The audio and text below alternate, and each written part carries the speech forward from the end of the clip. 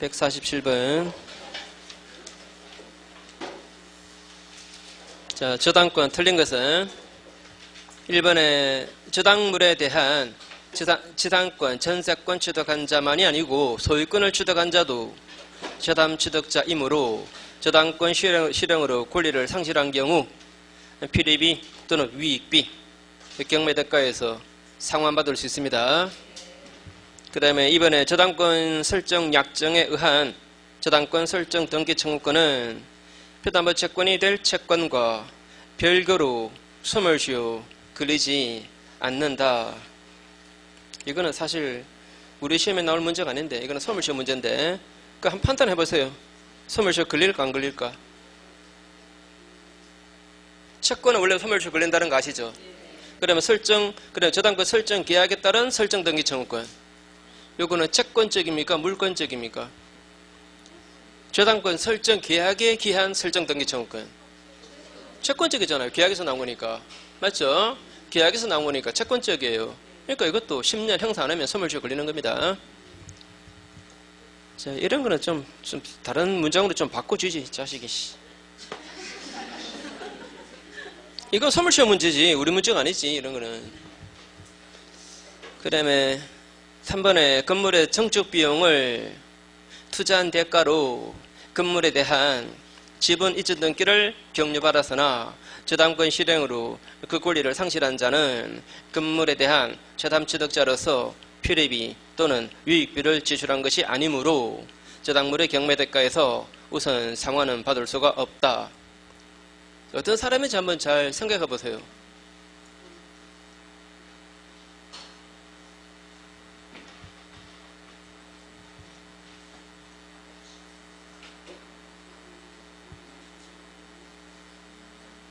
자, 건물의 증축 비용으로 투자한 대가로 건물의 지분을 이전받았대요. 그럼 이 사람은 이 건물을 사용하는 사람입니까? 아닙니까? 투자 대가로 받았다 그랬잖아요. 그죠? 투자 대가로 건물의 지분을 취득한 거예요. 이 사람은 건물을 사용하는 사람이 아니에요. 그러니까 피리비나 유익비를 쓸 리가 없지. 그죠? 자, 그 다음에 4번에 일괄 경매권은 저당권 설정자로부터 토지에 대해서 용익권을 설정받은 자가 축조한 건물 그 소유권을 나중에 저당권 설정자 즉 토지 소유자가 취득했다면 그러면 일괄 경매 가능하죠. 기억나요? 다시 할까요? 자, A 소유 토지의 B가 저당권자입니다. A가 이 땅을 C한테 지당권 설정했다 또는 임대했다. 용익권자가 지상에 건물을 지은 겁니다. 이자가 건물을 지었으면 원래는 이 건물 일괄 경매하면 돼요? 안 돼요? 안 되잖아요. 나중에 이 설정자 이자가 이 건물을 C로부터 샀대요. A가 이제 소유자랍니다. 이러면 일괄 경매 가능하죠? 이 얘기입니다. 다시 읽어보세요. 그 말인지. 자, 일괄 경매권은 저당권 설정자, 토지 소유자죠. 토지 소유자로부터 저당 토지에 대해서 용익권을 설정받은 자, 이자가 축조한 건물, 그 소유권을 나중에 설정자가, 토지 소유자가 취득했대요. 이러면 되는 거죠, 그죠? 이러면 일괄 경매가 돼요. 그 다음에 5번에 저당권자는 채권자에 하나는 것이 원칙입니다. 자, 채권자와 저당권자는 같아야 돼요. 그러나 특별한 사정이 있다면 저당권자와 제3자가 분리될 수 있다. 이것도 왜 제3자가 왜 나와? 자, 특별한 사정이 있다면 그러면 저당권자와 채권자가 분리될 수도 있다. 제3자가 아니고 채권자. 저당권자와 채권자가 분리될 수도 있습니다. 자, 한 번만 더. 원칙은 자, A가 B에 대해서 채권을 가지고 있고 그 다음에 채권을 담보하는 저당권은 C가 설정받았다. 이거는 원칙적으로 무효. 네? 원칙적으로 무효입니다. 채권자와 저당권자는 같은 사람이라야 돼요. 이렇게 분리되면은 원칙은 무효. 다만 예외적으로 유효입니다. 그 예외는 3자 합의가 있었고 그 다음에 이 채권에 실질적으로 이 제3자에게 넘어갔다라고 볼 수 있는 특별한 사정이 있을 때 그 다음에 이 채권자와 저당권자가 불가분적 채권자의 관계에 있다. 그래서 B가 A에게 변제하든 C한테 변제하든 어느 것이나 유효한 변제로 될 수 있는 경우, 그런 경우는 제3자 명의 저당권도 효력있다 이렇게 말했어요. 예외입니다. 예외. 그 다음에 148번 건저당입니다.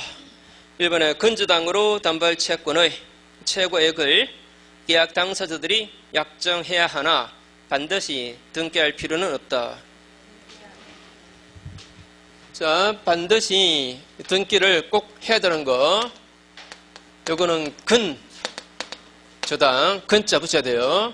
그러면 최고액. 요거는 반드시 등기해야 됩니다. 근데 등기해도 되고 안 해도 되는 거. 존속기간, 그 다음에 결산기. 이 존속기간은 건저당권의 존속기간. 요거는 약정해도 되고 안 해도 되고, 약정했다 하더라도 등기해도 되고 안 해도 되고, 요거는 꼭 등기 안 해도 괜찮습니다.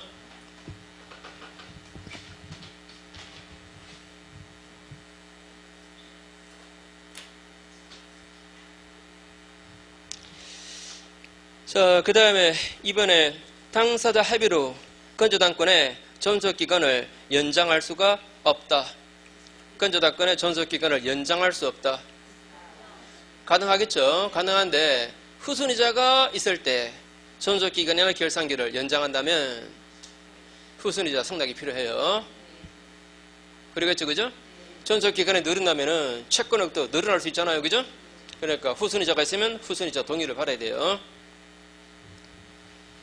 그 다음에 3번에 최고액을 포함하는 이자. 이거는 이행기일 경과한 후 1년분이다. 자, 최고액에 포함되는 이자. 자, 이자는 1년 불이건 10년 불이건 간에 원금하고 합쳐서 최고액만 넘지 않으면 돼요. 최고액의 한도 내에서는 이자는 1년 불이건 10년 불이건 다 담보가 되는 겁니다. 그 다음에 5번 보시면 결산기. 자, 결산기는 채권액을 확정짓기로 한 시기를 말해요. 채권액을 확정짓기로 한 시기. 그 시기에 이르러서는 채권액이 확정되므로, 자, 되므로 이제는 보통 저당권입니다. 채권액이 확정되었으니까, 그죠? 이제 보통 저당권으로 바뀌어요. 그 다음에 149번 1번에 건저당권은 담보물건에 공통된 채권에 부종하는 성질을 가지고 있으면서도 보통의 저당권과는 달리 소멸에 있어서의 그 부정성, 이게 완화되는 거죠. 그죠? 자, 요하지 않는다 이 말은 좀 잠깐 표현이 그렇고, 소멸의 그 부정성은 완화돼요. 맞죠? 그래서 개별 채권이 소멸했다 하더라도 계속 거래 관계가 아직 지속되고 있다면 건저당권은 소멸하지 않는 거죠. 그 다음에 이번에 건저당권은 원래 피담보 채권이 불특정이므로 최고액을 증액한다 하더라도 피담보 채권 자체의 변경이 있는 것은 아니다. 최고액을 증액할 수도 있어요. 그 다음에 최고액을 증액할 때는, 감액할 때는 괜찮지만 증액한다면 후순위자 승낙해야 돼요.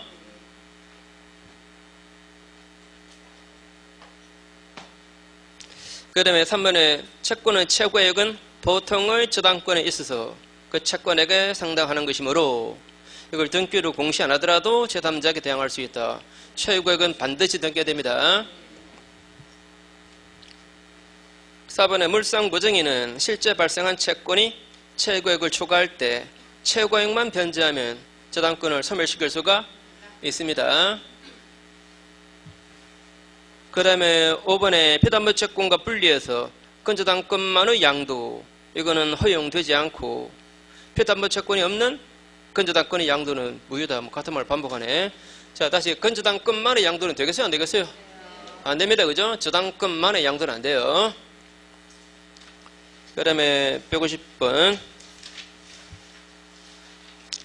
1번 보시면 건저당권에서 이 최고액은 책임의 한도액을 의미한다. 책임의 한도액을 의미한다. 맞습니까? 틀립니까? 책임의 한도액.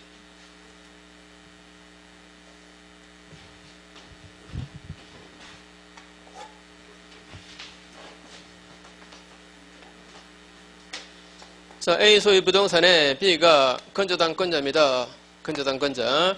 채권 최고액은 2억입니다. 그런데 실질 채권액은 만약에 3억까지 늘었다. 이랬을 때 이 사람은 A는 말입니다. 얼마까지 책임을 집니까? 3억 다 책임져야지. 그죠? 3억 다 책임져야 됩니다. 이 사람은. 그죠? 근데 최고액은 이 사람이 지는 책임의 한도가 아니에요. 경매되었을 때 경매대가에서 우선 면제받는 한도지 이 사람이 책임을 지는 한도가 아닙니다. 책임은 이거 더 이상 져야 돼요. 실질 채무까지 다 책임져야 돼요. 그죠? 그죠? 그래서 2억만 우선 면제받아도 나머지 1억 가지고 이 사람의 다른 재산 경매 들어갈 수 있잖아요. 그럼 그래요. 이 사람은 실제 채무까지 다 책임져야 돼요. 자, 최고액은 저당권자가 우선 면제받는 한도입니다. 채무자가 책임을 지는 한도가 아니에요.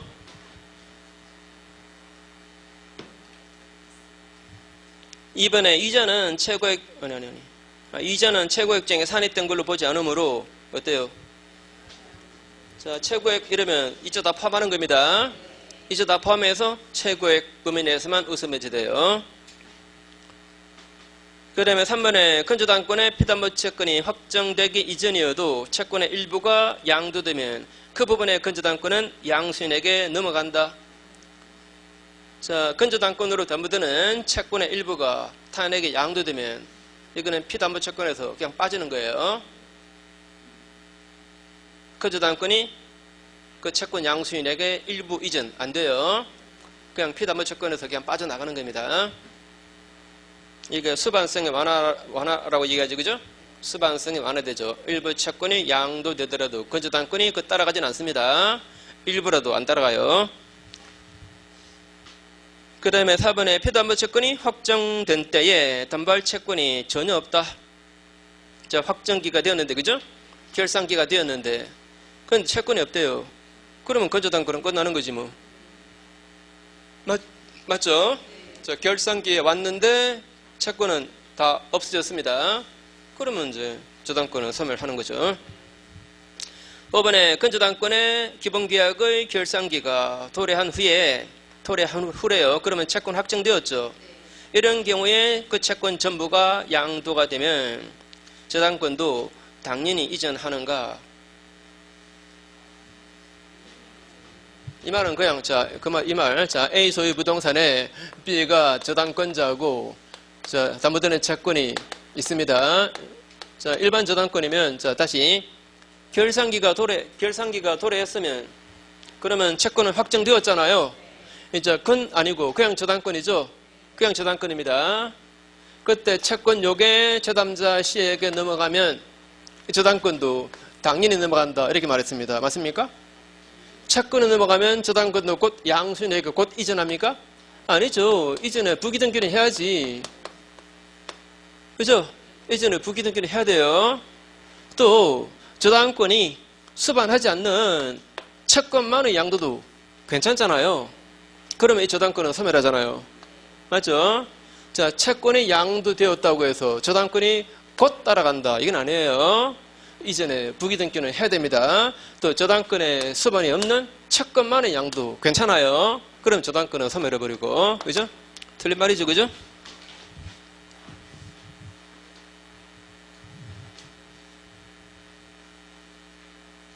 그 다음에 151번에 틀린 것은 1번에 피담보 채권이 확정되면 그 후 발생하는 채권은 최고액에 미치지 못하더라도 건조당권으로 담보되지 않는다. 이것도 조금 이제 디테일하게 하면은 자, 채권이 확정되었습니다. 확정되었어요. 확정되고 난 다음에 생긴 채권은 이게 원금이면 담보 안 돼요. 그러나 이자나 연체이자라면 담보돼요. 맞죠? 그죠? 자, 그렇게 조금 나눠서 보시고 그러니까 자 다시 피담보 채권이 확정되면 그 후 발생하는 원금 채권은 자 이렇게 하세요. 원본 채권은 이렇게 원본 채권은 이거는 건조당권으로 더 이상 담보되지 않는다. 이렇게 2번에 건조당권의 기초가 되는 당사자 간의 계속적 거래계약상의 채권자의 지위가 특정 승계된 경우에 건조당권의 피담보 채권이 확정되지 않았기 때문에 건조당권이 이전할 수가 없다. 어때요?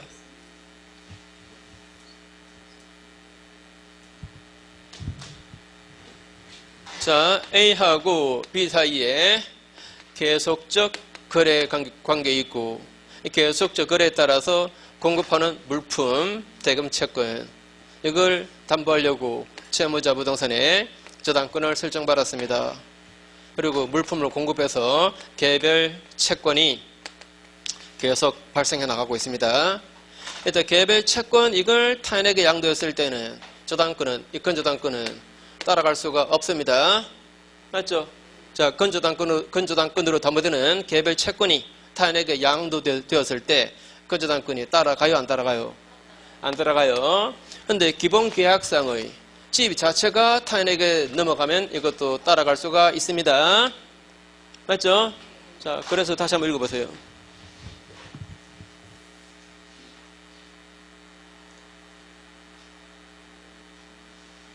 자, OX.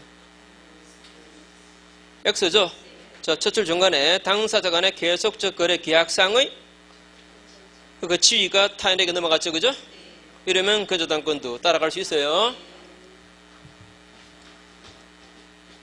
그 다음에 3번에 실제 발생한 채권액이 최고액을 초과할 때 채무자는 그 실제 채권액을 다 갚아야 건저당권 등기 말소를 청구할 수 있습니다. 자, 어떤 사람은 최고액까지만 변제하면 돼요. 누굽니까? 물상보증인하고 재담취득자, 그죠? 물상보증인하고 재담취득자는 최고액까지만 변제하면 돼요. 그러나 채무자는 그것을 넘는 실제 채무를 다 갚아야 돼요. 그 다음에 4번에 건저당권으로 담보되는 채권은 건저당권자가 경매 신청하면 경매 신청 시 채권액은 확정됩니다. 그러나 5번에 후순위자가 경매했다면, 자, 후순위자가 경매했다면 선순위자의 채권액은 그 건저당권이 소멸될 때, 즉 경락인이 경락대금을 완납할 때 그때 확정되죠, 그죠?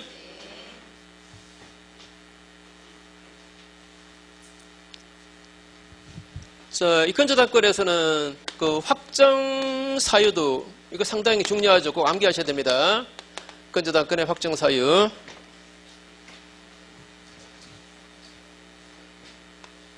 자, 존속기간 또는 결산기 만약에 정했을 때 이게 도래했다 그러면 채권 확정되는 거죠, 그죠? 존속기간 또는 결산기가 이제 도래했습니다.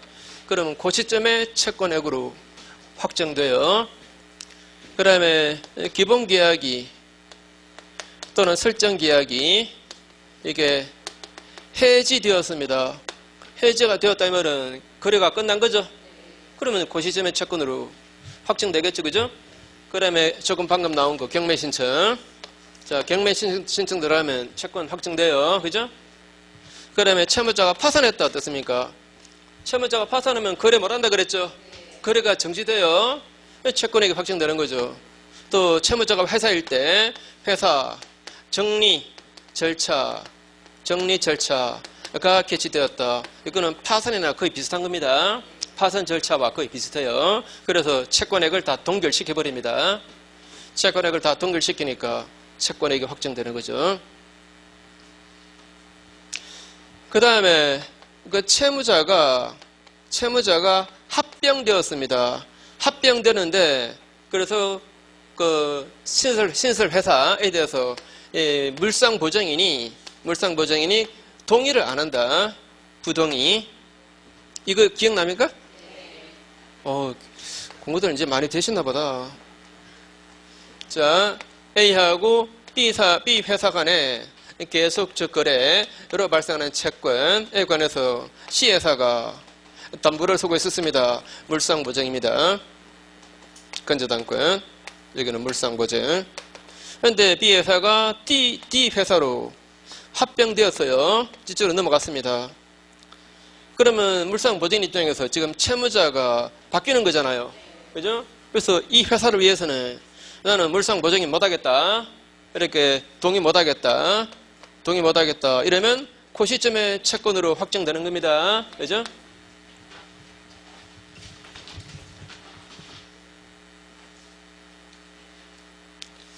그 다음에 152번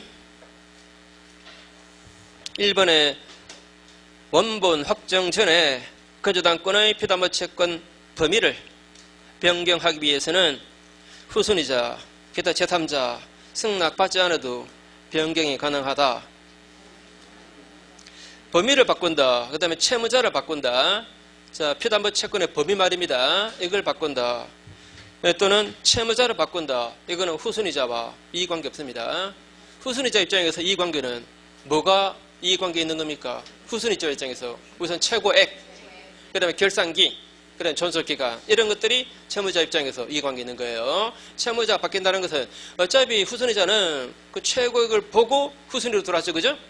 맞죠? 어차피 최고액 범위 내에서는 그 사람이 먼저 받는다. 걸 감안하고 들어온 사람이에요. 맞죠? 그래서 채무자가 바뀌더라도 또는 담보대행 채권의 범위가 바뀌더라도 상관없어요. 다시 채무자나 채권의 범위를 변경하는 것은 후순위자 승낙 필요 없습니다. 그러나 최고액을 바꾼다. 특히 증액하는 거, 최고액을 증액한다. 그 다음에 결산기나 존속기간을 연장한다. 이런 경우는 후순위자 동의 받아야 돼요. 이번에 건조당권의 최고 한도액을 변경하기 위해서는 후순위자, 기타 제3자 승낙 받아야 돼요. 그 다음에 3번에 건조당권이 담보하는 원금의 변제기를 변경한다. 변제기를 변경한다. 이때 후순위자, 기타 제3자 승낙을 받아야 된다. 변제기가 아니고 채권액을 확정짓는 존속기간, 결산기 이거 바꿀 때 후순위자 동의 필요합니다. 변제기를 바꾼다는 것은 실제 채권액과는 직접 관계 없잖아요. 그죠? 변제를 언제 하든 뭐. 맞죠? 이거는 채권 액수하고는 관계없는 거니까. 그 다음에 4번에 건조당권 설정자 동의 있으면 건조당권을 채권과 분리해서 양도할 수 있다. 자, 다시 저당권만의 분리양도 이건 안 돼요. 맞죠? 저당권만의 분리양도는 안 됩니다. 그 다음에 전세권 어때요? 전세권만의 분리양도. 전세권 반의 채권은 가지고 있고 전세권만 양도한다. 안 되죠, 그죠? 자, 전세권만의 양도, 저당권만의 양도 이건 안 돼요. 그 다음에 5번은 뭐 하실 거고, 그 다음에 넘어가시고.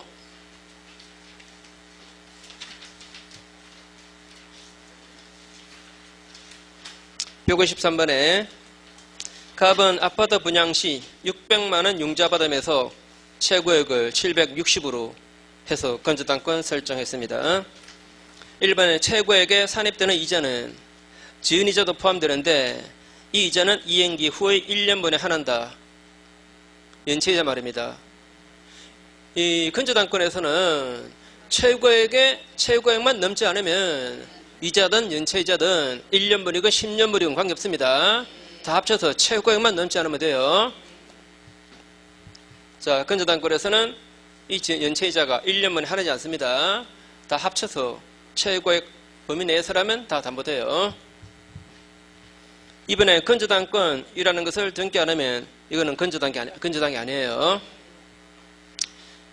그 다음에 3번 됐고, 그 다음에 4번 건조당권의 기간. 이게 뭐죠? 존속기간 말입니다. 존속기간은 반드시 등기 안 해도 괜찮아요. 존속기간하고 결산기. 이거는 반드시 등기 할 필요는 없다. 그 다음에 5번에 건조당권 실행비용. 실행비용이 최고액 760에 포함되는가? 포함돼야 안 돼요. 이거는 최고액과 관계없이 따로 최우선 면제 받습니다. 저당권 실행비용을. 이거는 최고액과 관계없습니다. 이거는 먼저 최우선 면제 받아요. 154번에 1번, 2번은 보지 마세요. 1번, 2번 보지 마시고. 그 다음에 3번 보시면 공동저당이 성립하려면 수개의 부동산에 저당권이 동시에 성립해야 한다. 한 개 담보 잡고 그 다음에 또 잡아도 공동저당입니다. 맞죠? 반드시 동시에 저당 안 잡아도 돼요. 그 다음에 4번에 일괄 경매할 때 채권액은 각 부동산의 경매대가에서 균등 배분됩니까? 경매대가 액수에 비례해서 채권의 분담을 정해요. 균등해서 배당받는 게 아니고 각 경매대가 그 액수에 비례해서 채권의 분담을 정합니다. 그 다음에 5번에 공동주당으로 담보되는 수개의 부동산은 같은 사람 소유라 한다? 채무자 소유 부동산과 물상 보증인 부동산을 담보 잡아도 공동주당입니다. 155번. 자, 지금 해보세요. 우리 얼마 전에 연습했잖아요. 이런 거 포기하지 마시라고.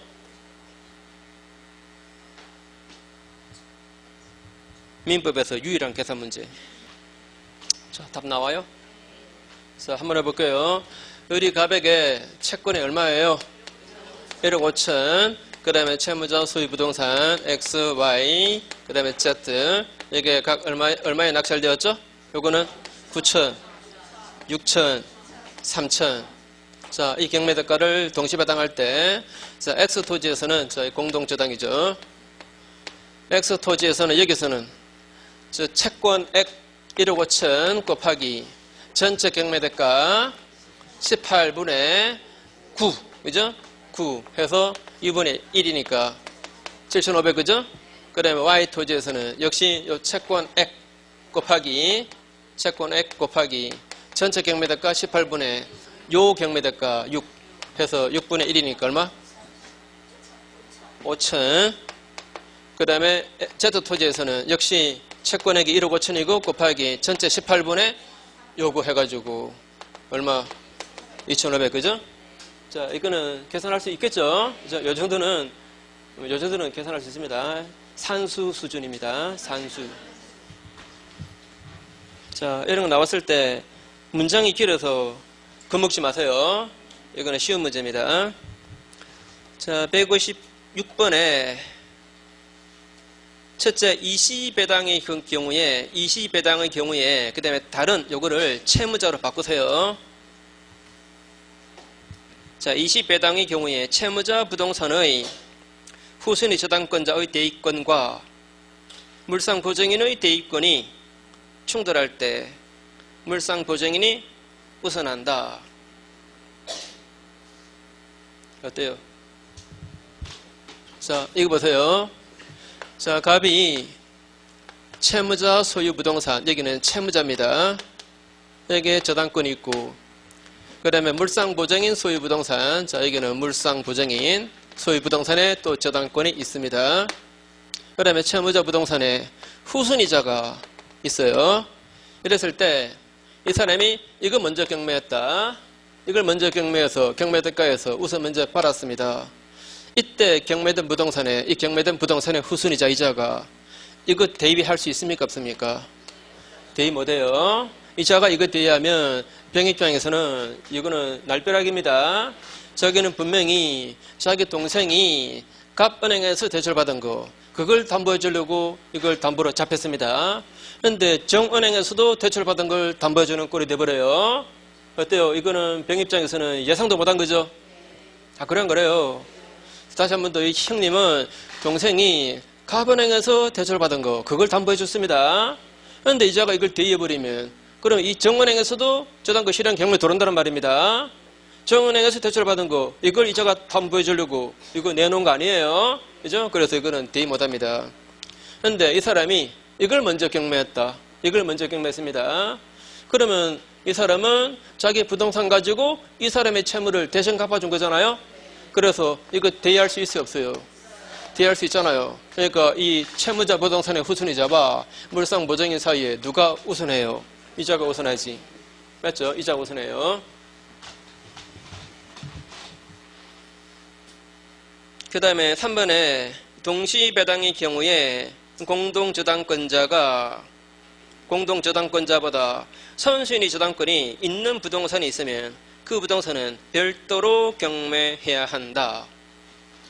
자, 이자가 우리는 이제 항상 앞에 이거보다 선순위 저당권자 없는 것만 봤죠, 그죠? 이자가 선순위 공동저당권자고 그 다음에 후순위자가 있는 거 봤죠, 그죠? 만약에 이 부동산에 선순위권자가 있다 이 말입니다. 이거보다 앞서는 선순위 저당권자가 있을 때 어떻게 하는가? 어떻게 할까요? 이런 경우는 이 부동산의 경매대가에서 이 사람 먼저 배당해주고 남는 거 가지고 이렇게 처리하는 거예요. 그래야 되겠죠, 그죠? 그래서 거기 보시면 자, 동시 배당의 경우에 공동 저당권자보다 선순위 저당권이 있는 부동산이 있으면, 그러면 자, 이걸 문장을 바꿔야 돼요. 선순위권자에게 별도로 배당한다 이렇게 하세요. 그 부동산을 별도로 경매한다가 아니고 선순위자에게 별도로 배당을 해야 한다.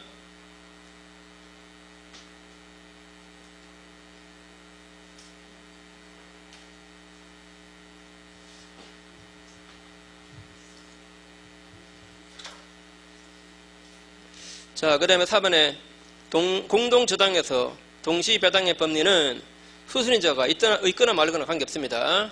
그 안분부담의 원칙 있죠, 그죠?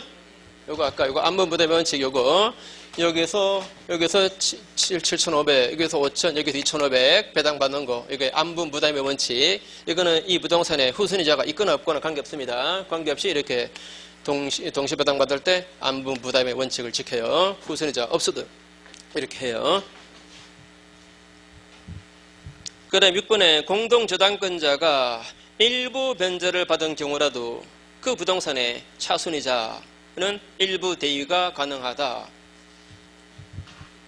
어떤 부동산에서 받은 게 전부가 아니고 일부만 받았다 이 말입니다. 예컨대 갑이라는 사람이 을에게 1억 원의 채권이 있고, 그 다음에 채무자 부동산 X, 그 다음에 Y 토지에 공동저당권 설정받았습니다. 그 다음에 이 부동산에 병이라는 사람이 후순위 저당권자로서 채권액이 5천입니다. 그 다음에 이 두 개가 한꺼번에 경매되었어요. 이거는 5천에 낙찰되었고, 이거는 1억에 낙찰되었다라고 쳐요. 이랬을 때, 만약에 이걸 동시배당한다면, 여기서 얼마 배당받아요? 동시배당한다면?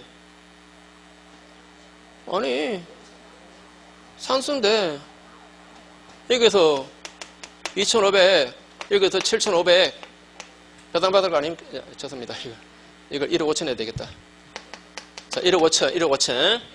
그럼 두 개 합쳐서 2억이니까, 이거 1억이고, 그럼 반씩 배당받을 거 아닙니까? 그죠? 자, 동시 배당받으면 이렇게 돼요. 이렇게. 근데 만약에 이 사람이 이것만 먼저 경매했다면, 5천 다 가져가 버리죠? 5천 다 가져가요. 다 가져가는데 그게 자기 채권액에 미달하죠? 자, 일부만 변제받았습니다. 이때 이 사람이 이걸 대여할 수 있는가? 만약에 이자가 동시 배당받았더라면 2,500 가져가고 2,500 이쪽에 남을 거 아닙니까? 그죠? 그 한도 내에서 요거 대여하는 거예요. 맞습니까? 자, 어떤 부동산에서 배당받은 돈이 자기 채권 전부가 아니어도 말입니다. 일부만 받았다 하더라도 그 부동산의 후순위자에게 대비권을 인정합니다. 만약에 동시 배당받았더라면 여기서 이거 배당되고 이자가 2,500 받았을 거니까 2,500 한도 내에서는 이걸 대여할 수 있어요. 그래서 이자가 저당권 실행할 때 1억 5천에서 요거 가져가고, 5천 가져가죠. 여기서 갑이 여기서 5천 가져가고, 그 다음에 이자가 얼마 가져가고 2,500 가져가고 하면 동시 배당할 때하고 똑같죠, 그죠? 그런 식으로 배당받아가요. 아무튼 이거는 산식은 시험에 안 나와요. 이해를 돕기 위한 것이고, 아무튼 어떤 부동산에서 전액을 변제받았을 때 뿐만 아니고 일부만 받았다 하더라도 그 후순위자에게 대이익권 인정한다는 거. 네? 자, 어떤 부동산에서 20배당에서 어떤 부동산에서 자기 채권 전액을 다 변제 못 받았을 때에도 그래도 후순위자에게 대이익권 인정한다. 요 말만 기억하세요, 그냥. 그 다음에 157번입니다. 157번. 자, 이것도 문장이 긴데, 근데 뜯어보면은 사실 어려운 게 아니에요, 이게. 한번 뜯어보세요. 그렇다고 종이 쥐어 뜯지 말고. 자, 답 나와요? 자, 이렇게 말했잖아요. 갑이 채무자 을 소유 부동산에 저당권 설정받고 여기는 채무자입니다. 자, 이게 X토지고, 그 다음 나머지는 병, 정, 이런 사람은 뭐죠? 다 물상 보증인들이죠? 그럼 그래요. 채무자만 이 사람이에요. 나머지는 전부 다 물상 보증인, 소유 부동산에 저당 잡았대요. 이렇게. 그 다음에 이 부동산에 후순위자가 있죠, 그죠? 후순위자가 있습니다. 자, 근데 경매는 뭐만 경매되었어요? 이것만 경매되었죠. 이것만 경매되었을 때 이 사람이 얼마 한도에서 이거 대입할 수 있나 이렇게 물었어요. 얼마 한도에서 대입할 수 있습니까? 대입 안 되지. 자, 채무자 부동산의 후순위자는 물상 보장인 소유 부동산에 대한 저당권을 대입을 못해요. 아까 나왔잖아요, 그죠? 맞죠? 자, 한 번만 더. 채무자 소유 부동산, 이게 먼저 경매되었을 때 그 부동산의 후순위자는 물상 보장인 소유 부동산에 대한 저당권을 대의를 못합니다. 대의하면 이 사람이 망해요. 맞죠? 그래서 답은 3번이죠? 아예 대의를 못합니다. 138번, 158번도 읽기도 싫죠? 그죠? 이것도 어떤 시험에 나왔던 그 문제인데, 이런 거 보면은 사실 출제하는 사람도 제가 볼 때 좀 한심해요. 자, 고등학교 다닐 때 국어를 못해서 그래요. 두 줄만 쓰면 되는 것을 몇 줄을 써놨어요. 지금 완전히 소설을 써놨는데, 별 내용도 아닙니다. 별 내용도 아니에요. 보세요. 갑이라는 사람이 을에게 을 부동산에 건조당권을 가지고 있습니다. 채권 최고액은 7천. 그 다음에 실제 채권액은 1억 2천. 이것도 숫자도 그냥 1억, 2억 이렇게 하지 뭘 또 7천, 1억 2천. 사람 복잡하게. 자, 여기서 이 부동산을 병이 샀답니다. 이 사람. 또는 정의 물상 보정인일 때, 자, 채무자는 얼마 갚아야 이거 소멸시킬 수 있는가? 채무자는 얼마 갚아야 이거 소멸시킬 수 있습니까? 1억 2천 다 갚아야지. 그 다음에 저담취득자는 얼마 갚으면 된다? 7천 갚아야 되고, 그러면 물상 보정인 이 사람은 역시 7천 갚으면 되는 거죠? 이 문제예요. 별것도 아닌 걸 이렇게 길게 써놨어요. 약간 출제하는 인간들도 좀 문제예요. 한 딱 10줄만 쓰면 되겠다. 7줄을 써놨네. 자, 159번. 자, 159번. 을에 대해서 1억 5천 채권을 가진 갑은 채무자 을 소유의 X 부동산, 물상 보증인 소유 Y 토지에 대해서 1순위 저당권을 가지고 있고, 병은 채무자 소유인 X 가옥에, 정은 물상 보증인 소유인 Y 토지에 각 2순위 저당권을 가지고 있대요. 매각 대금은 X 가옥은 1억, Y 토지는 2억 이래요. 자, 다시 갑이 채무자 을에 대해서 채권액이 얼마라고요? 1억 5천. 1억 5천. 이걸 담보하려고 채무자 부동산에 X 부동산의 저당권, 물상 보증인. 자, 여기는 물상 보증인이래요. 물상 보증인 소유 부동산 Y 토지에 또 저당권을 가지고 있고, 그 다음에 채무자 부동산에 누구입니까? 병이 후순위 저당권을 가지고 있고, 물상 보증인 소유 부동산 여기에 정이 후순위 저당권을 가지고 있답니다. 자, 이거 다 경매에서 여기서는 이게 얼마 경매되었고? 1억에 경매되었고, 이건 얼마? 2억에 경매되었을 때, 자, 먼저 1번에 저당권자 갑은 Y 토지만 경매할 수도 있다. 이것만 경매할 수도 있죠. 이것만 경매하든 그건 이 사람 자유입니다. 둘 다 경매버리든 이 사람 자유. 그 다음에 두 번째, X 부동산, Y 부동산에 대해서 만약에 동시 배당이 행해진다면 갑은 X 부동산에서 5천, Y 부동산에서 1억을 각각 배당받는다. 자, 어때요? OX. 자, 채무자 소유 부동산과 물상 보증인 소유 부동산이 이게 둘 다 경매되고 동시 배당한다면 이때는 여기서 5천, 여기서 1억 이런 식으로 안분, 부담의 원칙을 지킵니까? 아니죠. 이자가, 그죠? 채무자가 궁극적인 책임을 질 사람이니까 이자의 경매대가에서 먼저 배당을 받아보고, 여기서 배당 받아보고 부족분만 여기서 배당받습니다. 맞습니까? 여기서 5천 이렇게 배당받죠. 그죠? 자, 채무자 부동산의 경매대가에서 먼저 배당받아요. 부족분만 여기서 배당받아요. 그럼 X죠. 그죠?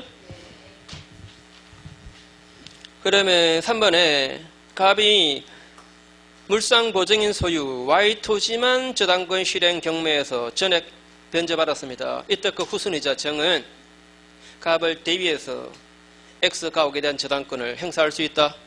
자, 이것만 먼저 경매했대요. 이것만 먼저 경매해서 이 경매 대가에서 자기 채권 다 변제받았습니다. 그러면 이 사람은 자기 소유 부동산 가지고 이 사람의 채무를 대신 갚아준 거니까 이걸 대위할 수 있죠, 그죠? 이걸 대위할 수 있습니다. 바로 물상대위입니다. 그럼 이 사람은 자기 저당권의 목적물이 사라지고 대신에 설정자가 이걸 취득했잖아요. 이거는 저당 목적물의 가시적 변형물로 생겨난 겁니다. 그러면 죄송합니다. 이거 물상대위가 아니고 변제자 대위. 이 사람은 물상대위함으로써 다시 이 저당권자 입장에서는 자기 저당권의 목적물이 이게 사라지고 이게 대신 생겨난 거니까 이걸 잡을 수 있죠, 그죠? 뭐라 그러죠? 물상대위 함으로써 결국 이 저당권은 누가 행사한다? 이자가 행사해요. 이자가. 자, 한 번만 더. 자, 물상보증인 소유 부동산이 이게 먼저 경매되었다. 그럼 이 사람은 자기 부동산 가지고 이 사람의 채무를 대신 갚았으니까 되갚아라 라고 청구할 수 있죠. 바로 그 구상권의 실현을 위해서 우리 민법은 채권자의 이 저당권은 변제해준 이 사람이 대신 가져가게 해놓았습니다. 이걸 변제자 대위라 그래요. 그 다음 이 사람 입장에서는 자기 저당권의 목적물이 사라지고 대신에 이게 생겨난 거예요. 그죠? 가치적 변형물. 그게 저당권의 효력이 미시잖아요. 그게 뭡니까? 물상대위죠, 그죠? 압류. 압류함으로써 결국 이 저당권은 이자가 행사하는 거예요. 그죠? 자, 그럼 이것만 먼저 경매했다면 어떻게? 이것만 먼저 경매했다면 아까 나온 겁니다. 거기서 자기 여기서 면제받았다. 이때 이 사람이 이거 대위할 수 있어요, 없어요? 이거 대위 못한다 그랬어요. 그죠? 자, 4번에 저당권자 갑이 채무자 소유 X 가옥에 대해서 저당권을 실행하면 갑이 병보다 먼저 우선 배당받는다. 이거는 뭐 당연하지. 이것만 먼저 경매했을 때 이 사람보다 먼저 배당받는다. 그럼 당연한 거고, 그죠? 그 다음에 5번에 갑이 X 가옥, 즉 채무자 소유 X 가옥에 대해서 저당권을 실행해서 채권의 일부를 배당받았을 때 그 후손이자 병, 이 사람은 갑을 대위해서 Y 토지에 대한 저당권을 행사할 수 있습니까? 이 사람이 이거 대위할 수 있습니까? 못하죠, 그죠? 자, 채무자 부동산의 후손이자는 물상보증인 소유 부동산에 대한 저당권을 대위 못해요. 대위 못합니다. 자, 그래서 답은 두 개죠. 2번하고 5번하고 답은 두 개입니다. 자, 잠깐 쉬시고요.